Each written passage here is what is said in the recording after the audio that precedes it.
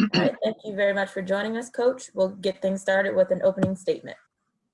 Yeah, give Northwestern credit. I thought they made shots there at the end, closed the game, making shots. They've got a good team. They've really got a good team, so give them credit. We'll learn from this and move forward. All right, opening the questioning with Steve Hellwagon. Yeah, Coach. You guys have a 5-point lead there going down the stretch, and you finally called a timeout, maybe unhappy with some of the possessions, and the efficiency didn't seem to get much better after that. Just in your mind, is there a balance between trying to hold it to milk clock, get a good shot, or keep attacking? And in this case, it didn't work out maybe the way it played out. Yeah, we weren't trying to hold it, Steve. I think it was more of a combination of a situation where we were stopping the ball too much. Our guys were stopping the ball too much. We didn't move it enough on enough possessions. And thought we had a good possession there with Kyle as he finished in the post.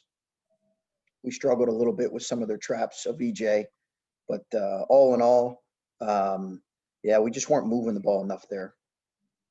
Thank you. Up next, Adam Jardy.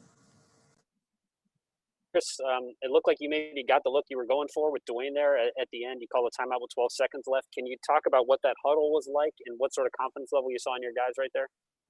Yeah, it was good. They knew what we were trying to run and what we were trying to get. I think I liked having EJ there for the glass potential tip in. And I like Dwayne coming to his right hand. Guys executed it well. We just didn't make the shot. What is the message after a game like this where you guys you've closed out some games where you've had leads late, you had some second half rallies. This time you let one go. How do you address this to your team? You know, we'll look at tape and evaluate what we can do better, what we can control, some things we can do better. I thought they made some shots. I thought their two guards made big threes there late. So you got to give them credit. But we'll look at some things that we can control and we can do better on our end. Up next, Bruce Hooley. Chris, you got in a bonus with about 11:37 to go, and I think you shot 2 1-and-1s. CJ referred to that being a failure against Purdue that he said you guys needed to learn from. Is CJ the guy who needs to get you into things? I mean, I don't want to make that assumption because he's your quote unquote point guard, but is he the guy who needs to get you organized in those situations? You know, I think it's both of our guards. I think it's both of our guards that need to, and you know, but we just, you know, we had a couple possessions there where we had a number of guys just the ball stopped with them. I thought our forwards did a really nice job kind of playing through each other, but it's not just on CJ, it's on our guards collectively. We just, you know, we've got to finish games. I thought we also had some decent looks that we didn't make. And then we passed up some shots that we got to take and ended up taking a tougher shot. So, you know, I think there's a lot of things that hopefully we can take and learn from. Do you come away from this frustrated because it just felt like there were things that happened today that are hard to explain? I know it was in the first half, but the 2 Nance free throws at the end of the first half, I know CJ knows better than that. It's just, there were just a series of things today where you just were kind of like, what was that? No, I mean, you don't ever say what was that when you're working with young people. You learn from it and move on. I think that we clearly have to play smarter in a couple of those special situations, one of them being the end of half for sure. And that's on me. And last 2 questions, starting with Brendan Gulick. Hey, Coach, obviously the first half was a little sloppy with 8 turnovers, and it directly turned into a whole bunch of points for them. But you guys really cleaned that up. I'm sure that was a point of emphasis, but were they like different kinds of situations in the second half that enabled you to be better, or was it just a more of an emphasis on taking care of the ball in general? Yeah, I think they just, we talked about it for sure because it was, I thought their physicality again bothered us too much with the ball. We had those possessions late. Dwayne had a turnover and then stopped playing. And we just had too many of those possessions right now where they were just more physical with us than the ball. But second half, guys did a great job. I believe we had one or two turnovers. We got better shots, particularly early.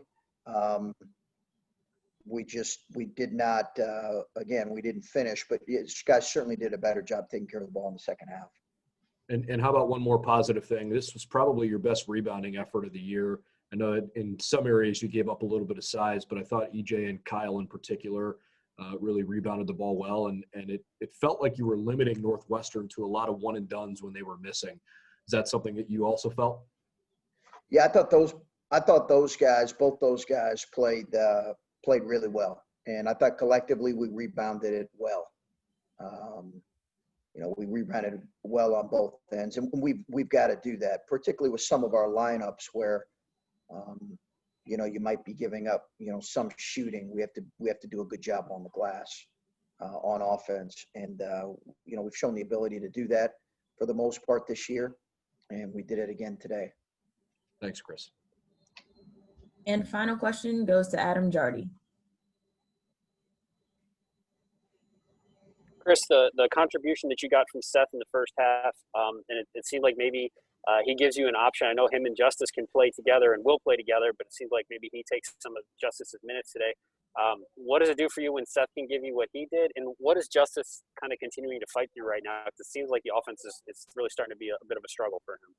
Yeah, I think some of it is just, listen, the expectations for the young man, probably because he started out the way he did in that first game. I think he's learning, he's growing. I think this idea that he was going to come in and I'm not saying that you feel this way, Adam, but this idea that he was going to come in and, play like that every game or average what he averaged at Cal is unrealistic. He's learning and growing, and he made some strides today. He's got to continue to improve in some areas. He's got a great attitude. Love his attitude, love his approach right now. I just think in this particular game, we needed Seth's shooting and Seth's skill. Sometimes we'll play them together, as you mentioned. Oftentimes we'll play them together. We just ended up playing he and Musa more together in this game.